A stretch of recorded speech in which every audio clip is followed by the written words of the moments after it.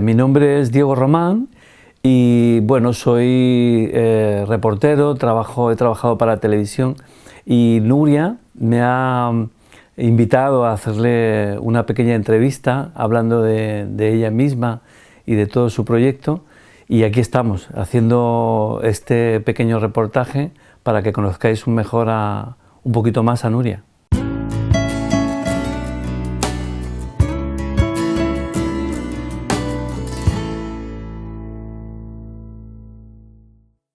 Bien, Nuria, preséntate. Bueno, soy Nuria Aragón Castro, aunque antiguamente tenía otros seudónimos como Sibila o Helen. ¿Y quién soy? Pues a saber quién soy.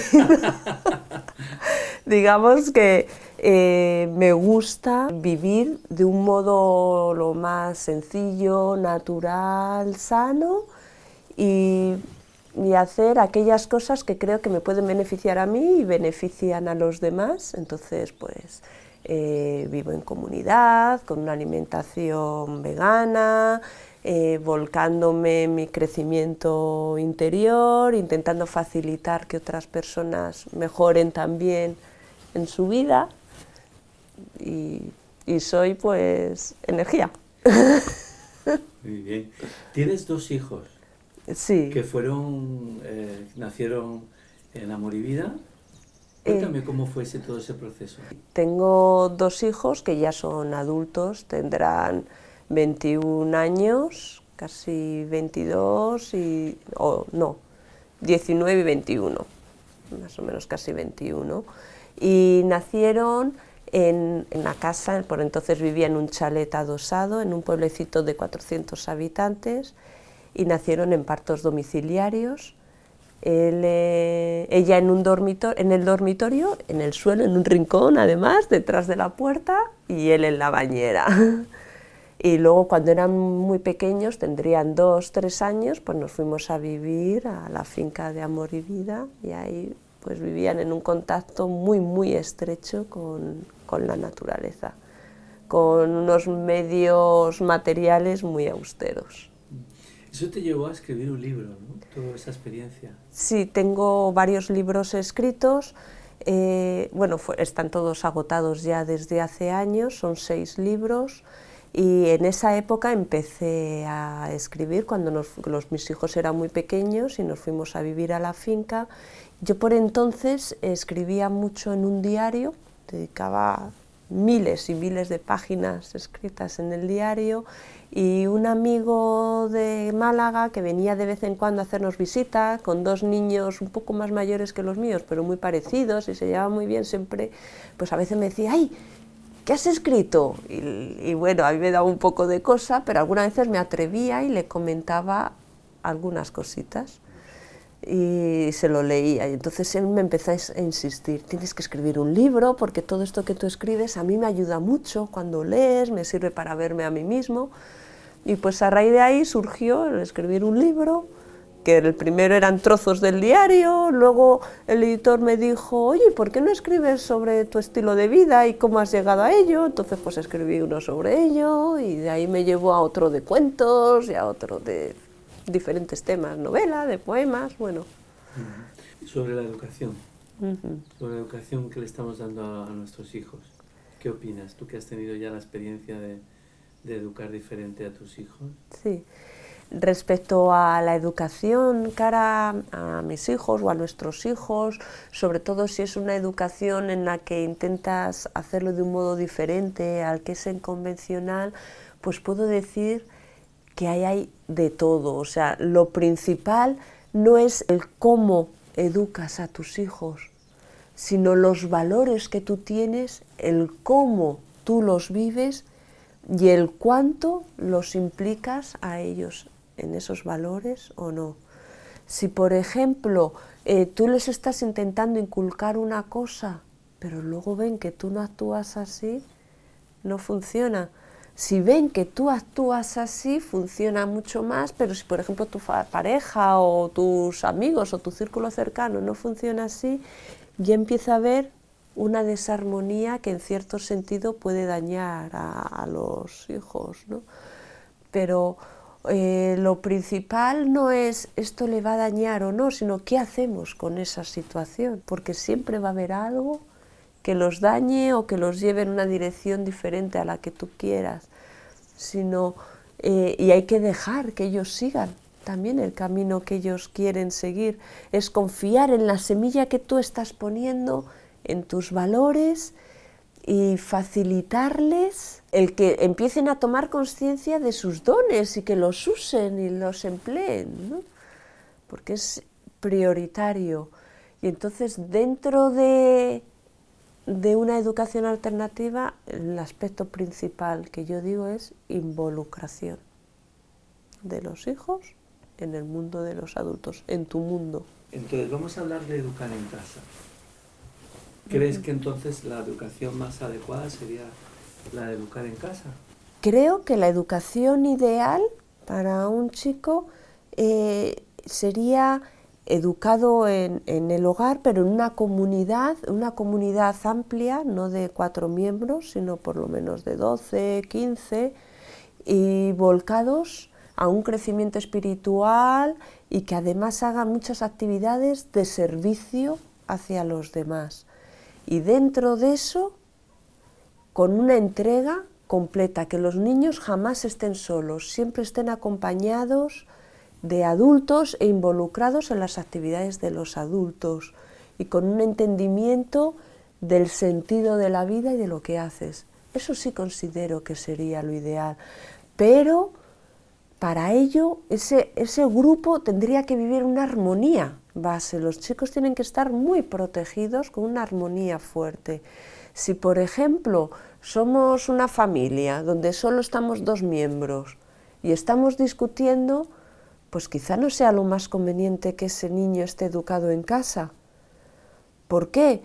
Porque va a estar viviendo un conflicto continuo entre ambos miembros y los niños tienden a sentirse responsables o a sentirse identificados con los miembros. Entonces estarán creciendo con un conflicto interior que luego es mucho más difícil de limpiar. ¿Y qué hacer en esas situaciones? Pues sí considero que podría ser a lo mejor conveniente una escuela, pero las escuelas tal y como están actualmente, en general, no me gustan.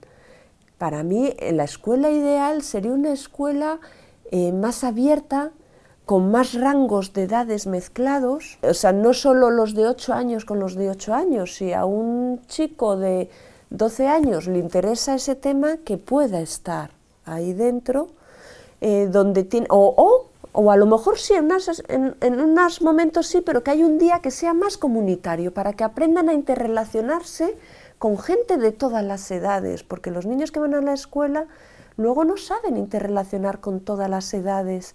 El que tiene una edad más mayor o es adolescente le tienen como ídolo o a copiar. Al más pequeño es como el tontito o ¡oh, qué mono!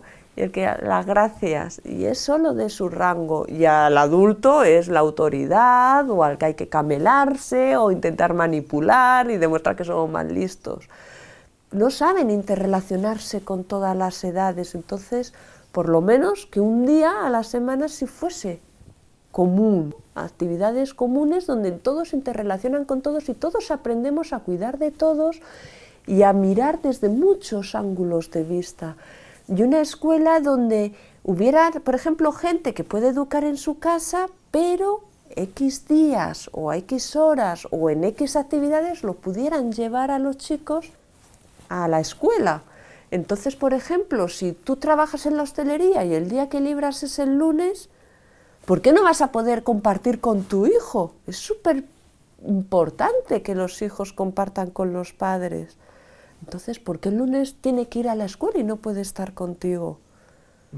Que hubiera una libertad en ese aspecto y que no fuese tan como, ale, ahora cambio de horario, cambio de asignatura, ahora esto otro, empezamos, cambio de asignatura, porque eso nos lleva mucho a una mente muy dispersa. Entramos, hacemos algo y cuando empezamos a entrar en la materia, ¡paf!, rompemos, hacemos otra cosa, rompemos.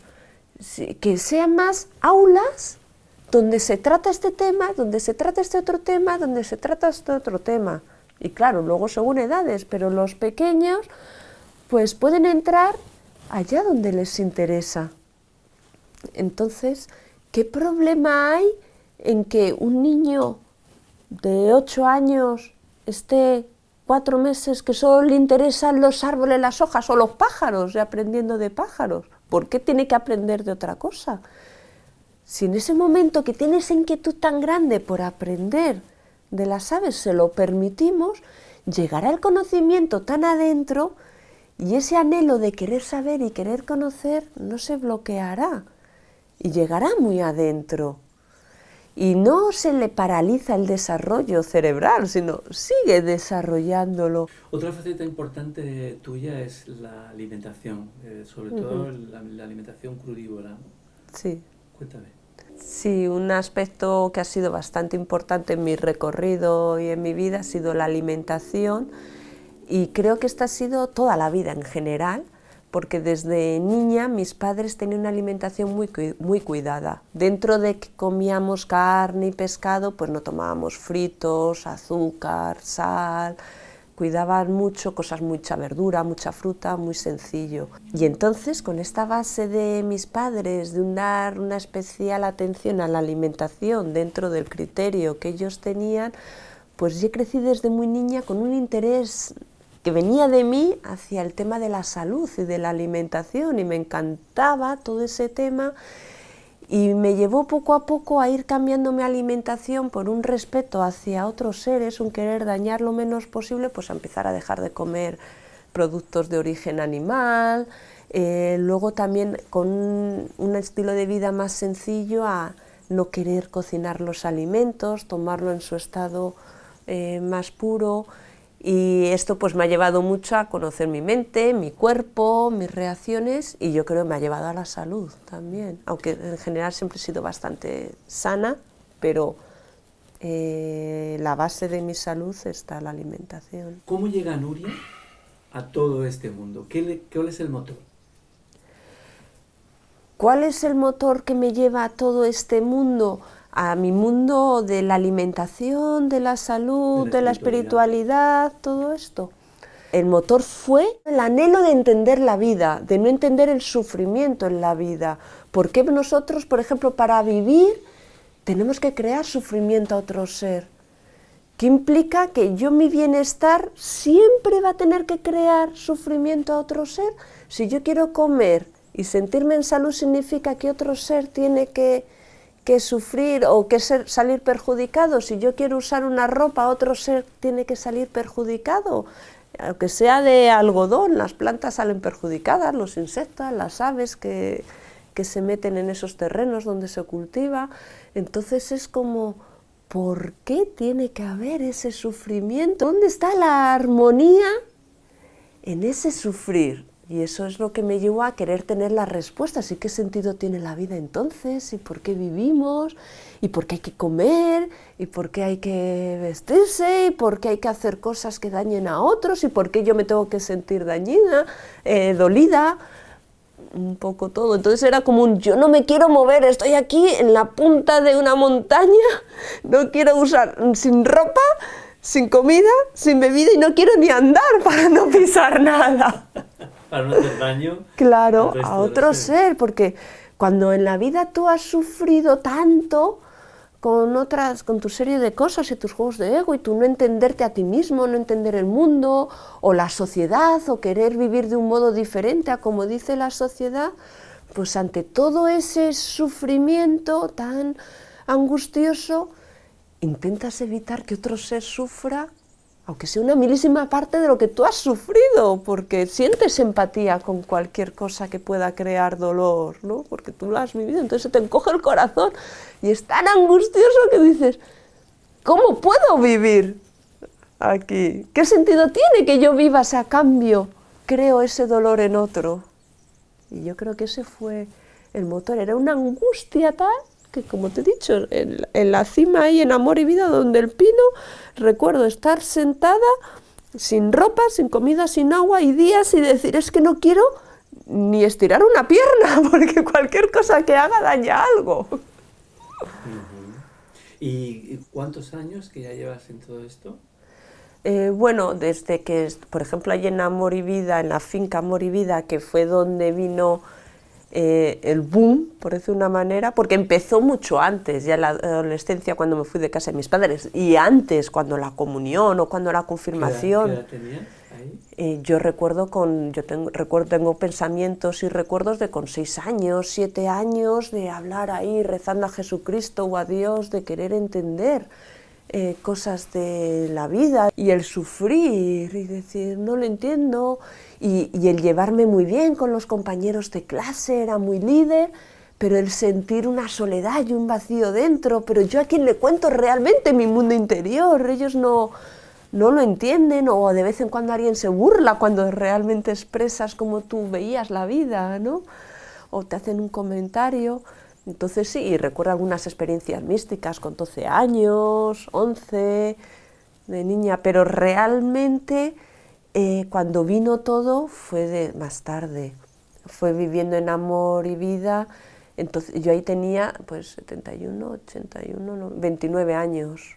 Ahí fue cuando empezó a venir el cambio de verdad.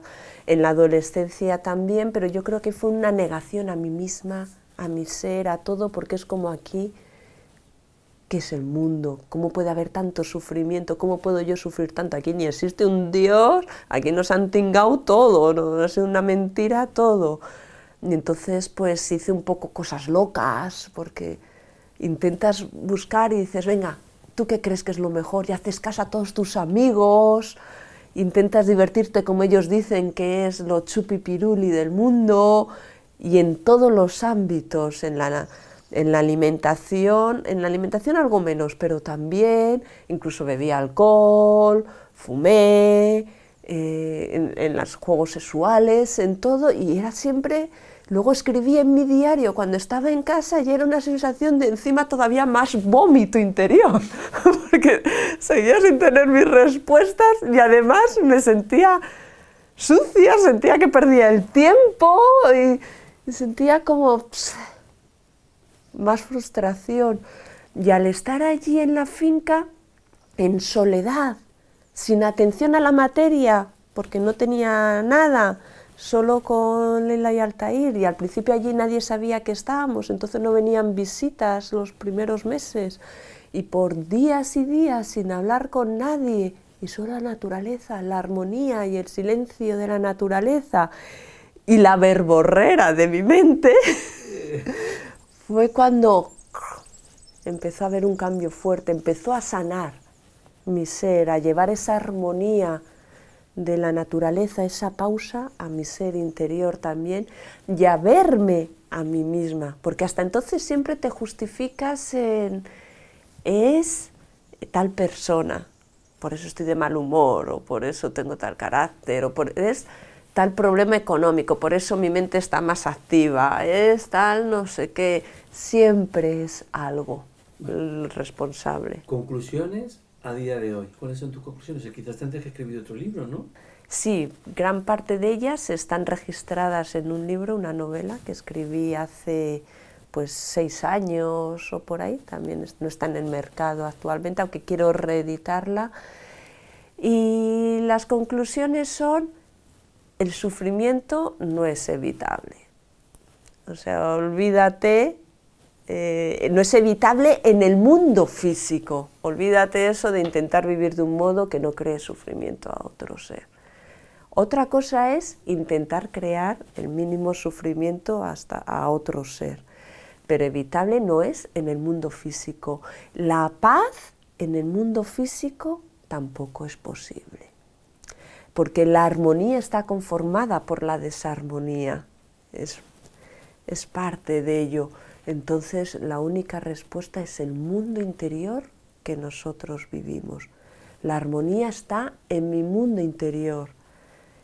El parar el sufrimiento puede estar en mi mundo interior, y esto solo se puede conseguir a través de volcarte en tu práctica espiritual hasta que llegues a los reinos interiores superiores, y con sinceridad y coherencia en el ser interno y viviendo desde la esencia de lo que somos, y viviendo desde, pues si siento así, tengo que atreverme a decirlo abiertamente, no tengo que vivir con una máscara para intentar sentirme querida o no rechazada por el entorno, porque eso poco a poco te va creando un pozo dentro que te desgarra mucho más, eso lo primero, y luego en el interior reconocerte y verte en el otro y verla, que no hay diferencia, y no solo verlo, sentirlo, que como puedes sentir el otro, tú también puedes sentirlo si te dejas llevar. O sea, una persona puede ser muy agresiva y tú dices, yo no soy agresiva y yo ni una vez en mi vida he actuado así, ni he pensado así. A mí hay gente que me dice a veces cómo pienso y digo, wow, qué frases tiene. Yo jamás he tenido un pensamiento así en mi cabeza, o no recuerdo por lo menos. Pero eso no significa que yo no pueda tenerlo o que yo no sea como esa persona. Porque si yo quiero meter energía en esa dirección, puedo tener un pensamiento exactamente igual al día siguiente.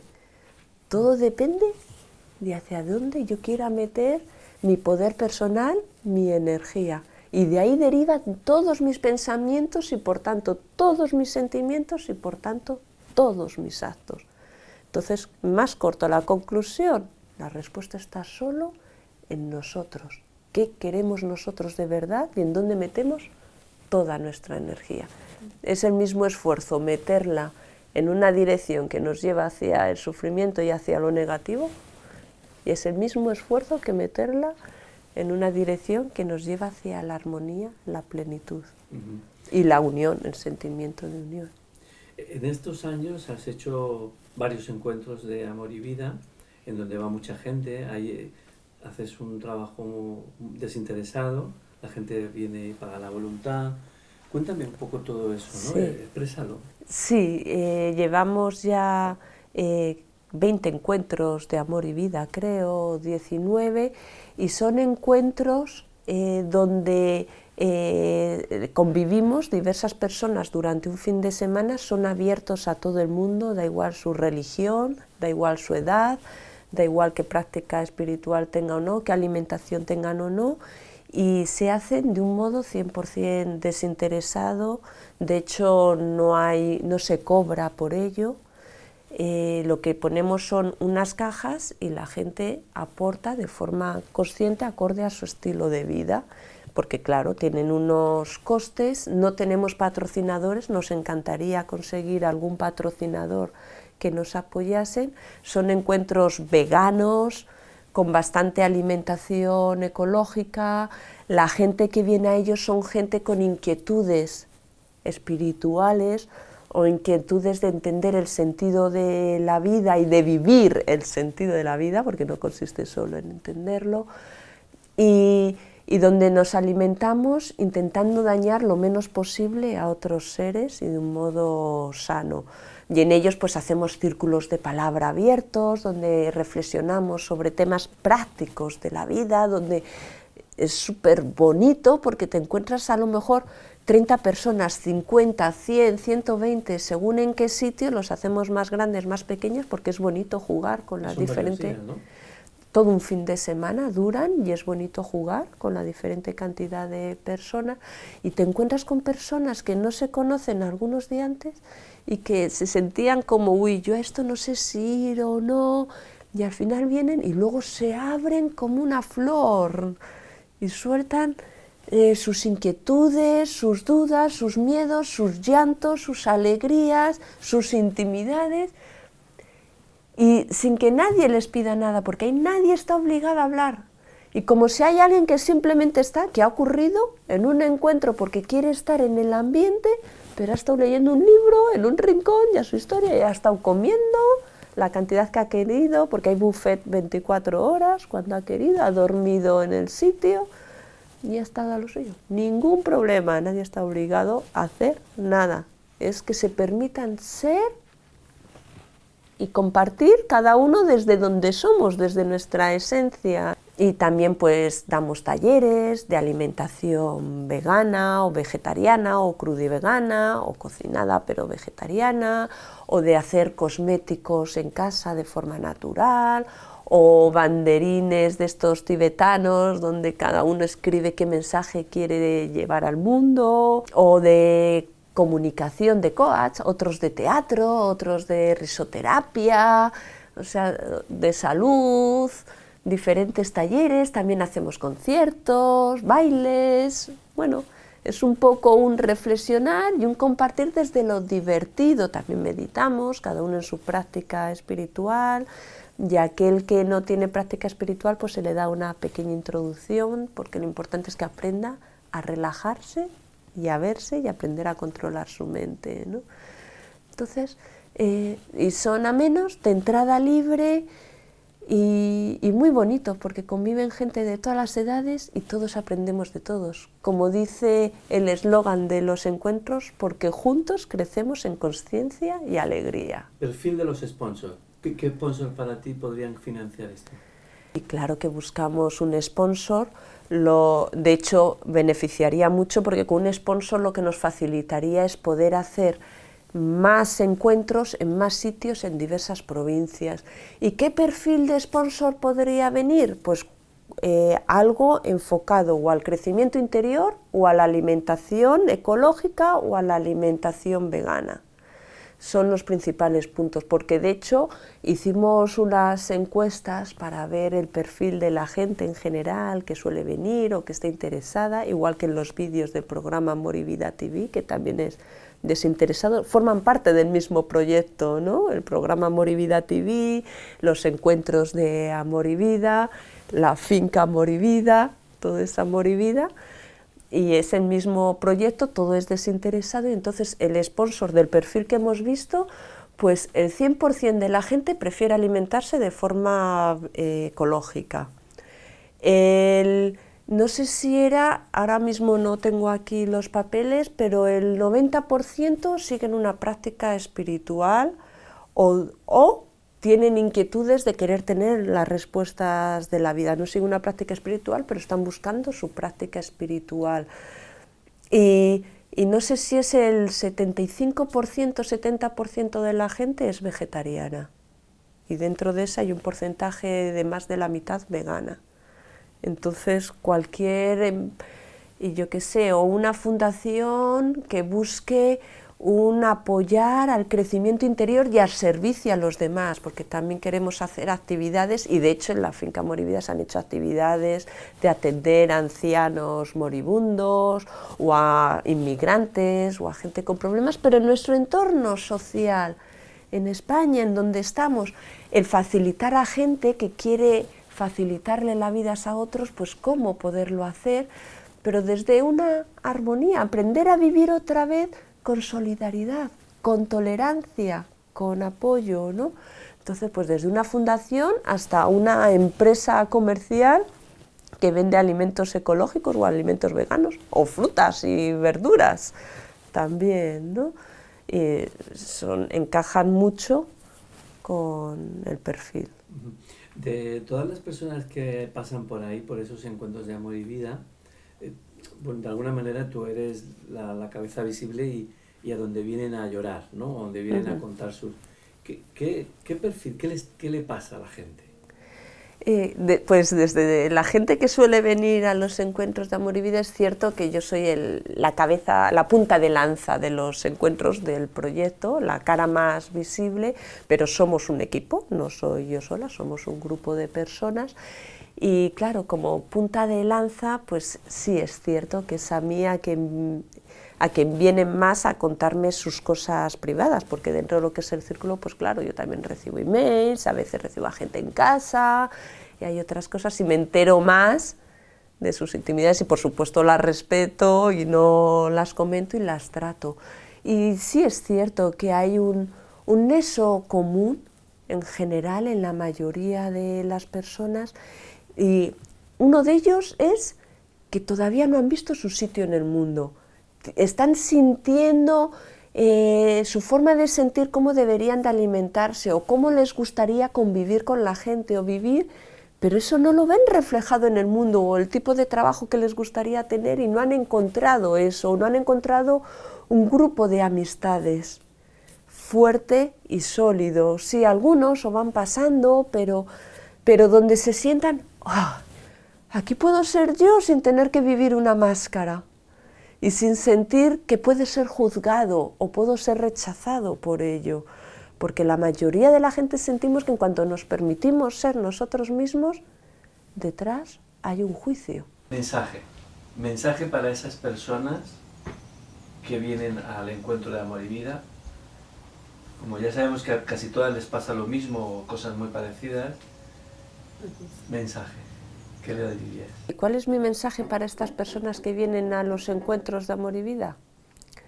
Pues mi principal mensaje: confía en ti, confía en tu corazón, en ese querer ser fiel contigo mismo, en ese querer amarte sin hacer daño a otro ser. Y no te preocupes por lo que otros puedan decir, porque hay mucha otra gente que piensa y siente como tú. Lo que pasa es que todos están escondidos debajo de las piedras, ahora empiezan a florecer más. Y si alguien critica, no hay ningún problema, porque si te molestes, porque esa crítica también te la estás haciendo tú a ti mismo, porque no llegas a confiar en lo que sientes, en lo que vives. Entonces, pues nada, sigue viniendo a los encuentros de Amor y Vida o súmate y así verás que no pasa nada, que estás bien tal y como estás. Relájate, simplemente relájate y vuélcate en una práctica espiritual, pero con sinceridad y coherencia. Coge disciplina y a tope, a tope, a tope, a tope, durante un tiempo. Y si no puedes porque tienes muchos compromisos, pues familia, hijos o pareja que le molestaría o el trabajo, desde luego no los abandones por volcarte a la práctica espiritual, porque no te va a servir, no va a ser efectiva tu práctica espiritual, porque parte de tu ser estará con todos esos problemas.